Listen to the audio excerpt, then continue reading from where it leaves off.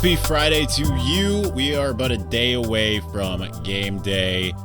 Michigan taking on Washington. Regardless of what happened with Washington last week, it is going to be a big game. First real big test. I think Michigan passed the first test by just looking what you would expect Michigan to look like against a team like Western Michigan. For those who say that wasn't a big deal, it's just Western Michigan. Keep in mind, Michigan went to triple overtime against Rutgers last year.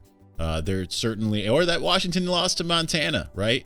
It's only a big deal in a way if you can't do the simple things. And Michigan looked very sharp in their opener. Now it's time to see what they can do against a bigger opponent.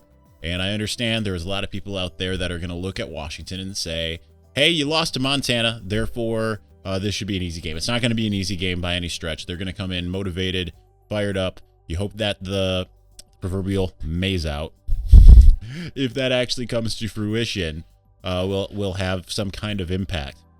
I'll be curious to see. I'll be up in the press box. I will not be down on the sidelines for this game. But let's talk a little bit about I posted this on Sunday earlier this week. By the numbers thing. I want to just kind of run through some of the numbers in kind of like a mini preview. But first, before I even get to that, I do want to mention that about Dylan Morris, the starting quarterback for the Huskies. I think that he is in something of a trouble area for the sake of he is basically a 60% passer. Now that used to be the benchmark once upon a time. You used to look and say passing at 60%, that's great. I don't think that that's necessarily it in today's college football. I think you need to be 65 or higher. 60 is a little bit of a trouble area. Obviously, Cade and JJ both passed for above 80%.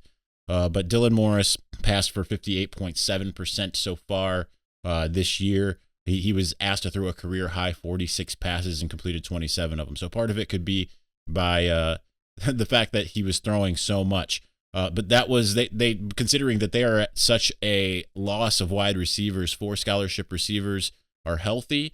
We don't know yet if they'll get those other 3 back. They're week to week, so they certainly could have up to 7 for this game. But we'll see. We'll see what happens as far as that's concerned. But he threw for 4.9 yards per attempt. That's not an ideal number. Last year he was more 8.2. So that's a little bit closer. He threw. Last year, 4 touchdowns, 3 interceptions. He threw 3 interceptions and 0 touchdowns just this week. So that tells you a lot that you need to know as far as that's concerned. They only rushed for 65 sack-adjusted yards. Richard Newton is their lead back. He's a sophomore. He had 17 attempts for 62 yards. That's 3.65 yards per carry.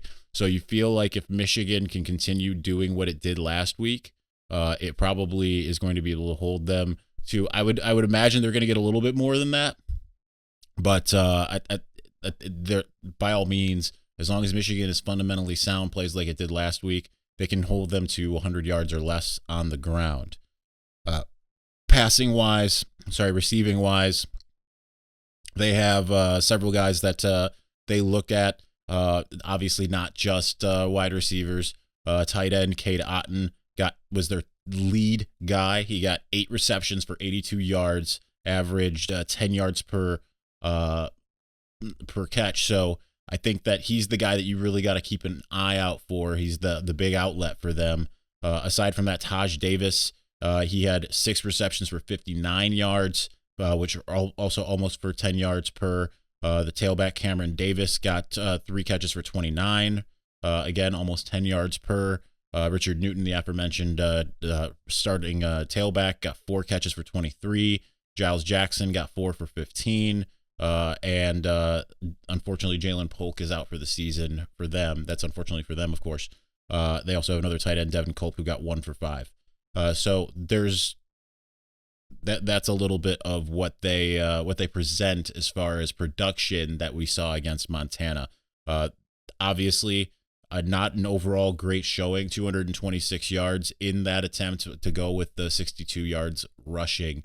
I mean, that's fine, right? They didn't get in the end zone. The 226 is nothing to scoff at. That's decent, but that's going to be where the biggest challenge is, I think, for Michigan is stopping whatever they are able to do through the air. We'll see if they try to ground and pound a little bit more. They have a senior offensive line. It's that's supposed to be the strength of this Washington team.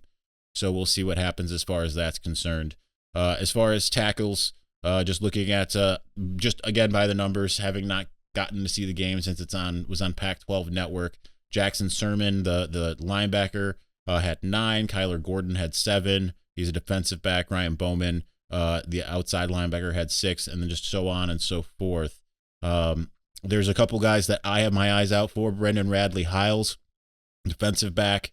He only had 2 tackles, but he's a guy that I have my eye on. They are definitely pretty decent. Granted, playing against Montana, it's hard to really know, but they are relatively decent when it comes to, like, we hear about their defense. I think their pass defense is pretty decent overall. They boast the 113rd, the 13th best passing defense. Michigan is got a middling, literally right in the middle passing offense, but didn't need to pass last week, 64th.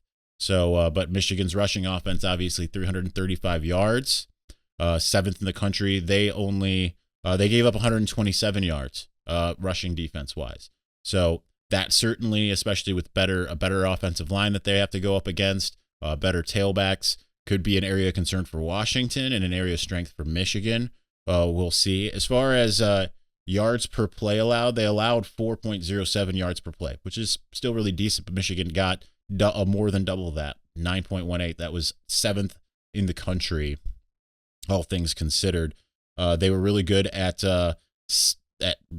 keeping Montana from getting first downs. But again, interceptions, turnovers, that means that Montana didn't need that, right? So you look at Michigan, they got 22 first downs this past week. Third down conversions, Washington is 7th in the country. They allowed 16.38. Michigan was 12th in the country at converting, 61.54. Washington did not stop Montana on 4th down opportunities. Michigan went once and got it. Red zone. Washington did not stop Montana in the red zone. Michigan converted every time in the red zone. Sacks allowed. Michigan allowed 1 sack. That was technically the JJ backwards pass. But otherwise, no one went down. Washington got 1 sack in the game this past week. Michigan's offensive line should be pretty good in that light. Tackles for loss allowed. Michigan had 2 tackles for loss. Of course, one of those is that sack. And then Washington got 5 tackles for loss in the game. Again, Michigan should be able to protect if everything holds from the last game. Long scrimmage plays, Michigan had 14. Washington allowed 9. Penalties, Michigan, this is just overall, I guess, both sides of the ball. Michigan had 48 yards of penalties. Washington, opposing penalties, they allowed 81. So that's going to be an interesting thing to look for.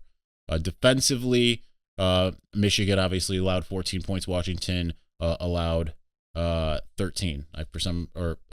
Got 7. Sorry, just reading things backwards. It's still morning for me, as anyone that listens to the Locked On Wolverines podcast knows. I am not a morning person, yet we are doing the morning drip. Michigan rushing defense, they allowed 126 yards. Washington only accumulated, as we said, 65.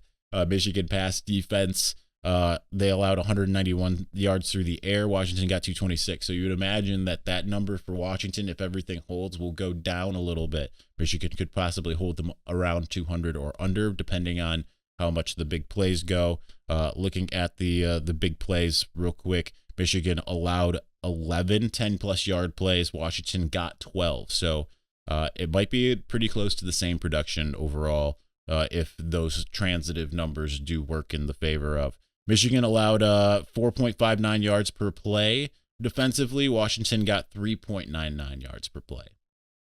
So we'll see how much more Washington can improve. Again, they average generally about twice that last year, and they obviously against Montana did not do very well.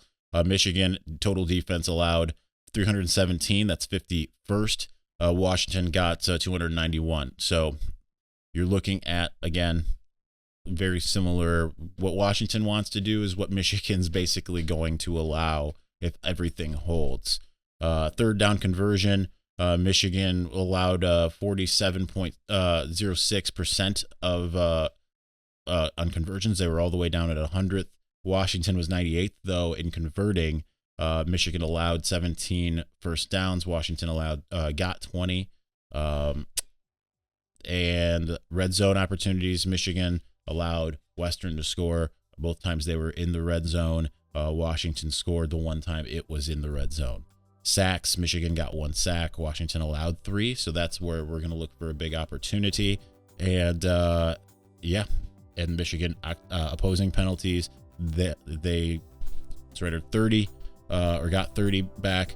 Washington they got 30 on their own. So that's the mini preview. Definitely check out more. We're going to talk a little bit more in depth on the Locked On Wolverines podcast with Jake Butt today. So look forward to that. So that's going to be our morning drip. That's it. Just running through some numbers. Just thought that would be enlightening and elucidating. Thank you for watching. As always, we will talk next time about a game that has happened.